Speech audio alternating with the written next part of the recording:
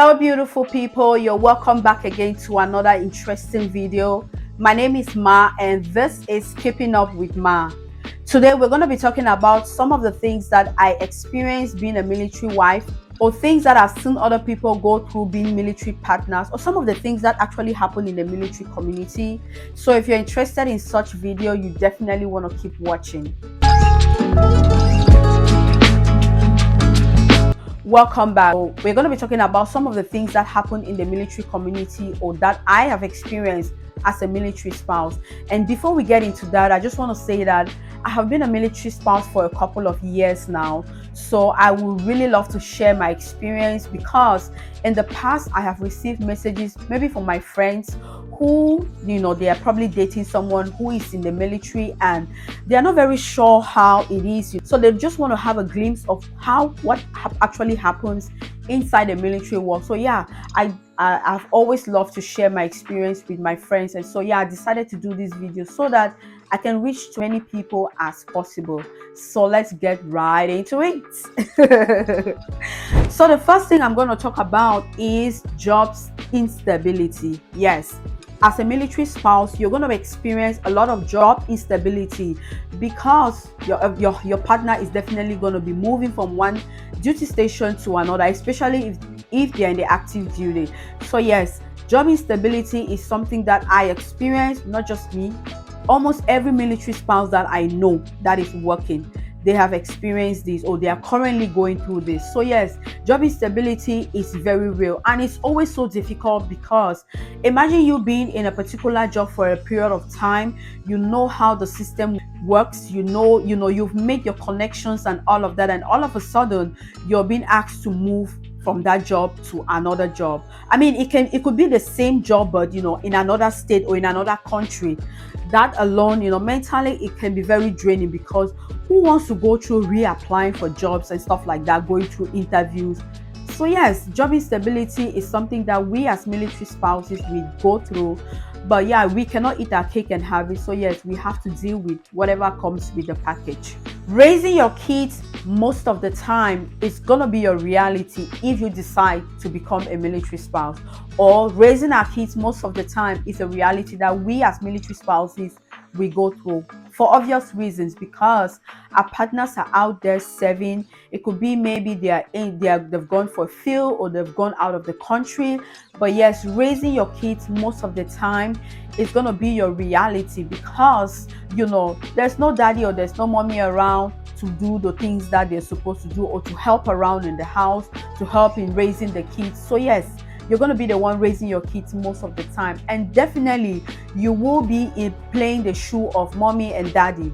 So yes, raising your kids 95% or 80% of the time, that has been my reality. Doing school runs, hospital runs, shopping, everything. So yes, and that makes me think about single parents, because I honestly don't know how they do it, because the times that I have to play the mommy and daddy role a lot, it has been mentally, physically draining. So yes, if you're a single parent, kudos to you, because that is not an easy job. The next thing I want to talk about is being a military family, or being a military spouse. There's no place that I have called home yet.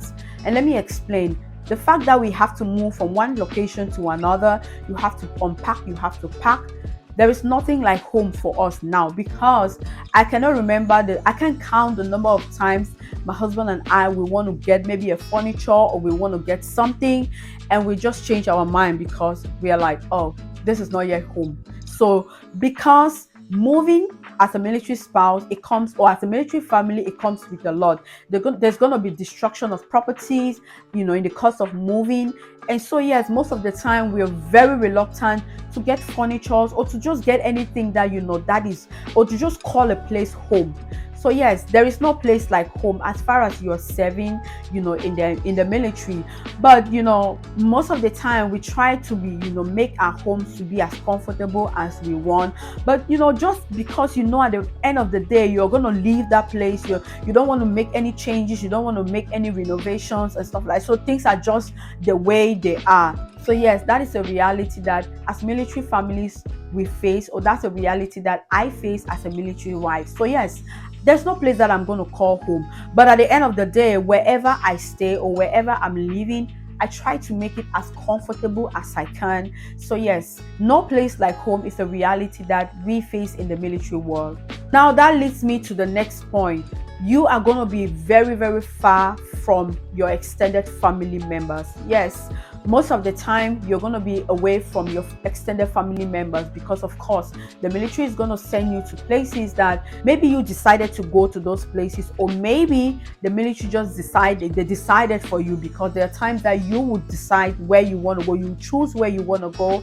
There are other times that the military will choose for you. So yes, either ways, you're going to be far from your extended family members. So you're definitely going to miss, like family functions of Thanksgiving, New Year celebrations, Christmas. I don't want to think about those things, because most of the time when it's Thanksgiving, I am glued to my family WhatsApp page, because I just want to be seeing the pictures. Maybe when my family is going on vacation, I love seeing those pictures. It just makes me feel so good. But I really, really miss the moments that I had with my family during, festive seasons and stuff like that. So yes, separation from extended family members is a very, very big reality. Losing friends, making friends, it's a reality that I face as a military spouse, because of obvious reason. You're moving, you're meeting new people and stuff like that. So yes, it takes extra effort for me to actually stay in contact with my friends because of the different time zones.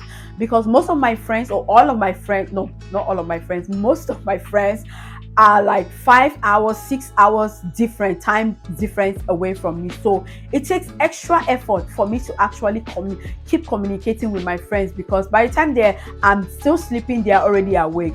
By the time I'm awake, it's already maybe afternoon or evening their time. So yes, you're going to be losing friends, you're going to be making friends. But losing friends, making friends, it is a reality that we face in the military world. And that also goes to our kids. A lot of times, military kids, they really don't have childhood memories with a particular friend that they can always talk. They can always look back to maybe 5 years or 10 years or 20 years to come. They really don't have those childhood memories. So yes, losing friends, making friends, and not having childhood memories for, in the case of our kids, it's a very, very big reality. Being a military spouse is very, very mentally and emotionally draining, because most of the time you are probably alone. Imagine me, with 3 kids, and it is a lot. If you have help from extended family members, maybe someone living with you at home, that could be, that could relieve you a lot from a lot of stress. But if you do not have that help, it can be mentally, emotionally, physically draining. But hey, that is a reality that we do face. And so I wake up in the morning feeling tired. I go to bed feeling tired. I do assignments feeling tired. Everything that I do, I feel tired, because there is no time. There is no me time. There is no rest time for you. You are always on the go. So imagine being a military spouse, and then you have to work, and then you have kids. You have to pick up kids. You have to drop kids off. Guys, it is a lot. So yes, that is a reality that as military spouses we experience. But yeah, we have to just, take one step at a time, one day at a time. Long distance relationship is something that is very real in the military world, because the military is obviously going to snatch your partner from you, whether you like it or not. They're going to snatch your partner away from you, maybe for a couple of weeks, maybe for months, maybe for a year. So yes, long distance relationships are very, very common. That's what we experience in the military world. So as long as your partner is serving in the military, you're going to experience long distance relationships. So if you're the kind of person that you want your man to be by you all the time, I'm so sorry for you. Unfortunately, that's not going to be the case. Divorce rates are so high in the military because of the fact that partners are always separated from each other. So there's a lot of promiscuity going on the other end. Partners are not keeping to their marriage vows, and there's just a lot, that is happening in the military community. But yes, promiscuity is very, very high in the military world. Partners that are separated, that are serving in the military, when they go out for whatever mission that they are supposed to be doing, they are always involved in whatever that is going on. The partners that are staying at home, they are involved in sleeping around and stuff like that. So yes, promiscuity is something that is it's so high in the military world. And so yes, that is a reality that happened in the military world. But I'm so grateful to God that that hasn't been my story since I became a military spouse. But that is definitely something that happens in the military world. And so if you're someone that you're considering getting into the military world, you want to think about somebody that will have self-control of themselves, not just somebody that is just you know what I mean. So yes, so high because partners are always separated from each other. But glory to Jesus, that hasn't been my story since I became a military spouse. If you are a travel buddy, yes, if you're someone who loves traveling, if you're someone who loves exploring new places, the military world might just be that place for you because of obvious reason. Your partner is going to be PCSing to new locations, traveling to new places. Yes, so you have those opportunities where you will need to travel with your partner. So yes, if you love traveling, the military world is definitely that place for you because you're going to experience new people, you're going to experience new food, new culture and stuff like that. So yes, traveling is a reality and it's fun sometimes because we get to see new people and new places. But it's not fun because we have to unpack, we have to pack, and all the things that comes with traveling. Another thing that comes with traveling is the destruction of properties. Because properties, your furnitures are going to be destroyed in the course of you moving.